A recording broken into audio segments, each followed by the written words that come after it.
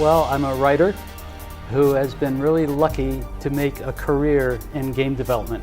So I'm a writer and I'm a game designer, and that's really how I describe myself. That's what I do. Every game designer needs to learn their craft and keep learning through time new things as the industry and the business changes. They need to play a lot of games. They need to play and be playful. And they need to work hard. It's hard to make a game. It's hard work to stay in the industry.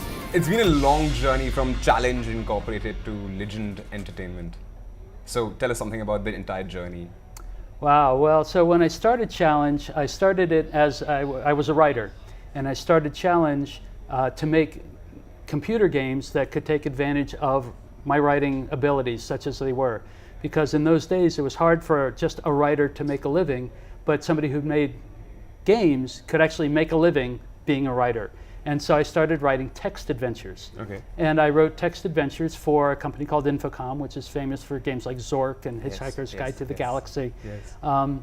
And when Infocom went away, I started a company called Legend Entertainment to create games that continued that feeling of storytelling and adventure games and puzzle solving, only with graphics. And our competition was Sierra, LucasArts, that era of games.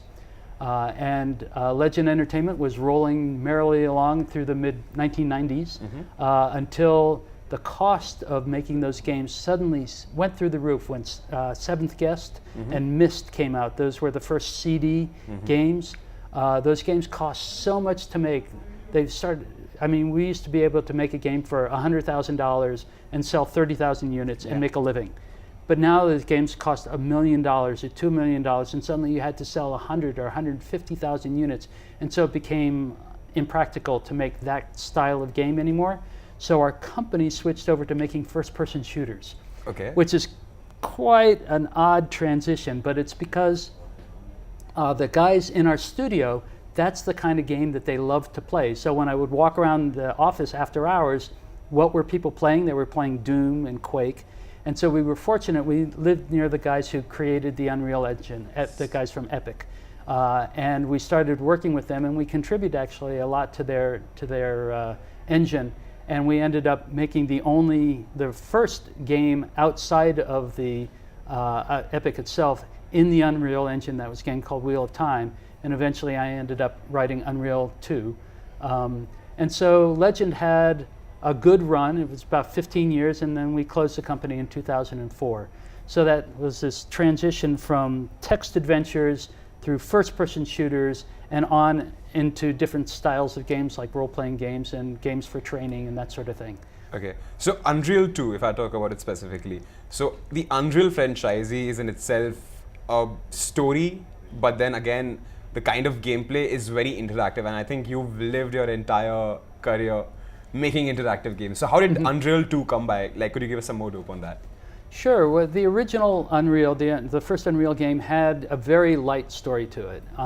So when we did Unreal 2, we wanted to do a much more complex and interesting story. And we actually had two main characters whose story arcs crossed in the course of that game. There was a very military-oriented guy who was, believed in the chain of command and his captain, and whatever he says, that was the right thing to do.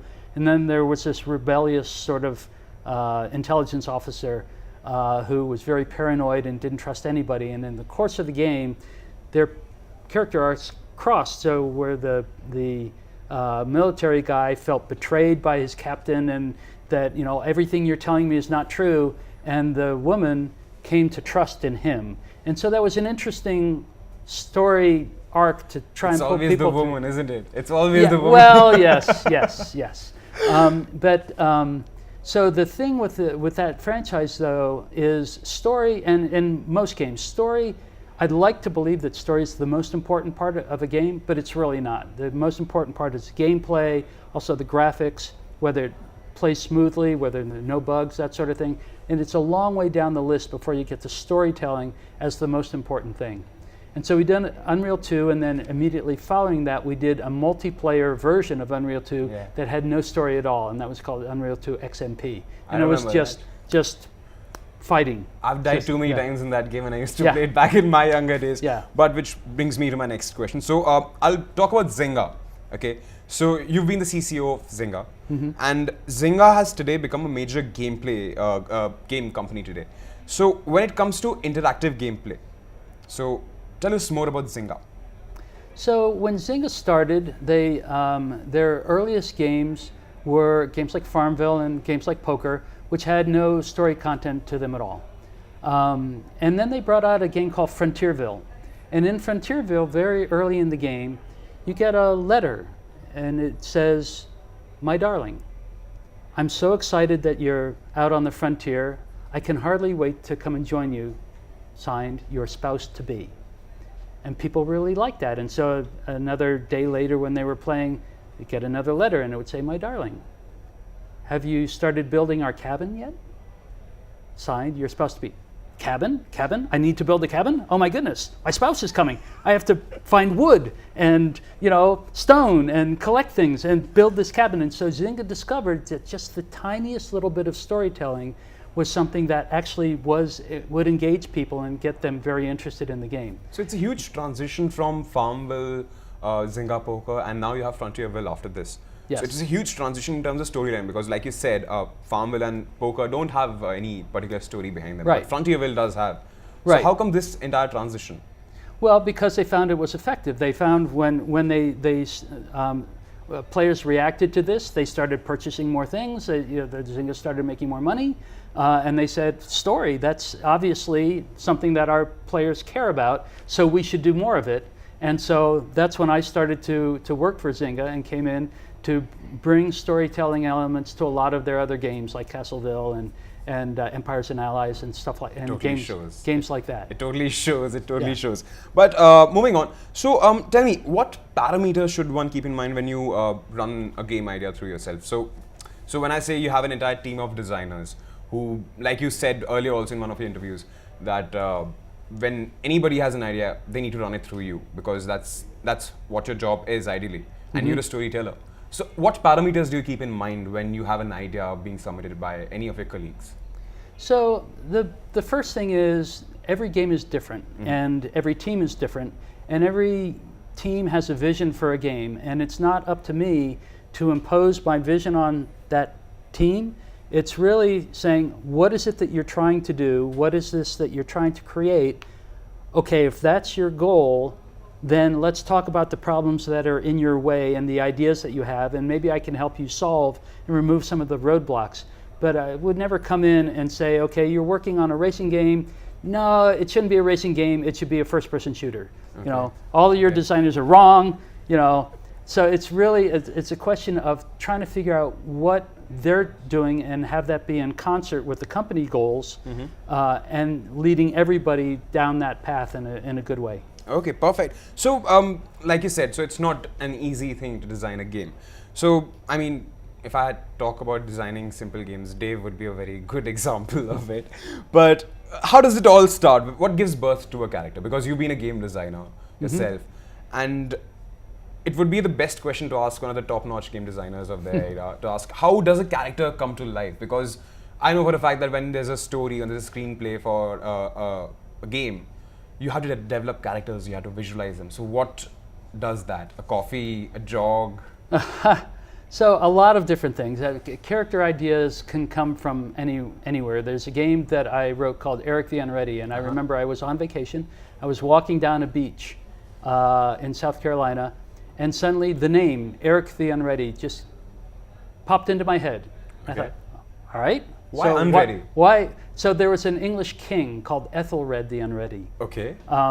And I always thought that was a funny name for a king. And it actually, in Old English, unready meant that he, not that he was unprepared, it meant that he wouldn't listen to other people, that he was not wise. Okay. But that, through time, just became Ethelred the Unready, which I always thought growing up was just a funny name for a king. And so I'm walking down the beach, and I have this name pop into my head, Eric the Unready. And I say, all right, well, who is Eric the Unready?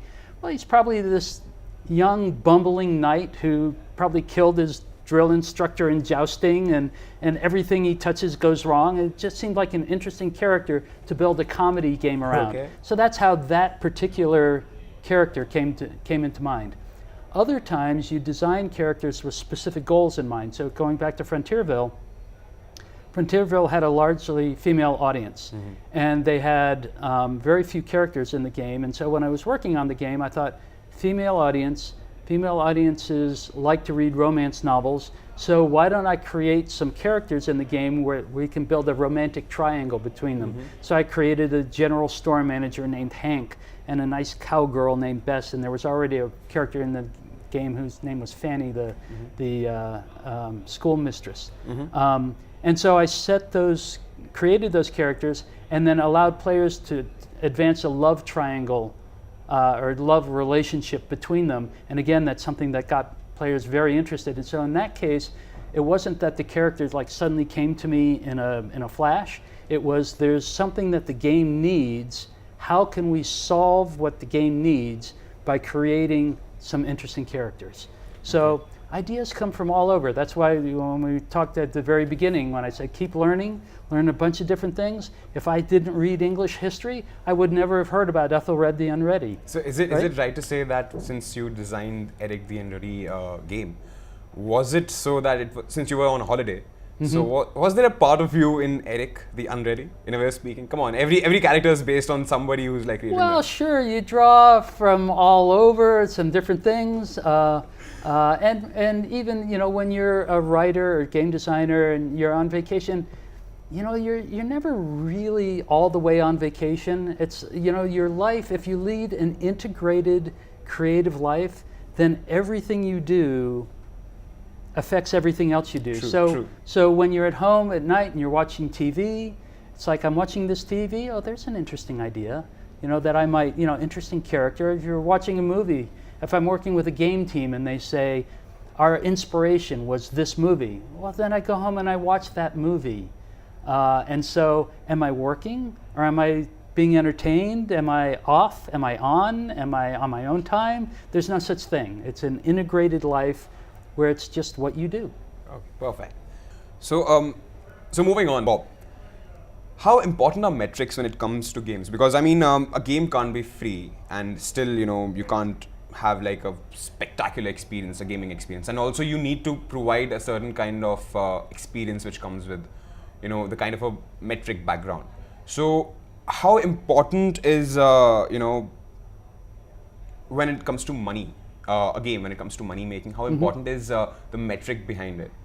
So for different kinds of games have different kinds of business solutions for how they make money. There's still games that are premium games that are in a store for $60. There are games that you can buy for $5 or $10, and there are games that are free to play that you can monetize through. Zynga is a very good example, because all the games on Zynga, you just need to be on Facebook to play all the Zynga games. Right, so it's a and so the the games are free, and so you make money through microtransactions within the games. The metrics are important to understand what your players are doing and what they like to do and what they want to do. Okay. And so the more you know about their activities within the game, the better off you are. And so metrics become very important. How many, when they encounter this feature, when they encounter this situation, do they stop playing or do they play more? Okay. If you don't have metrics, you don't know. And as a game designer, you can have an idea, but you might be wrong. And so having concrete data that tells you when something is popular or not popular, working or not working, it's incredibly valuable. It's a very important part of the free-to-play side of the industry. Okay, perfect. So my last question to you would be, you're a consultant now. Yes. So, which means you have an added time frame where you keep hopping between cities, as far as I know about you. So, who is Bob Bates? Rather, what does Bob do when he's not playing Bob Bates? Hey, come on, that's there. So, actually, I'm kind of always Bob Bates. I'm always the same guy. I'm the same guy at home. I'm the same guy at work. I'm the same guy when I'm a consultant. I'm the same guy when I'm sitting here. It's, like I said before, sort of an integrated life when you have different faces that you put on at different times, that becomes difficult to maintain. And so I just try to be kind of the same guy all the time. And when I'm, if you're asking what I do when I'm alone and for entertainment, mostly I read. Okay. So sometimes I play, sometimes I watch movies, but more than anything else, I read. I read a lot. So what's your favorite game of recent times? My favorite game of recent times? Yeah. Wow, I can't even answer that. When I play so many games for business that it's rare for one to become a favorite. It becomes a question of analysis and a question of what is this game doing here and what is it doing there and how is this working and not working. And so it's rare for a game to become something that I'm so involved in. Perfect. Thanks a lot for being here with us, Bob. Nice having you here. Thank you so much. Thank you. Pleasure to be here. Thank you.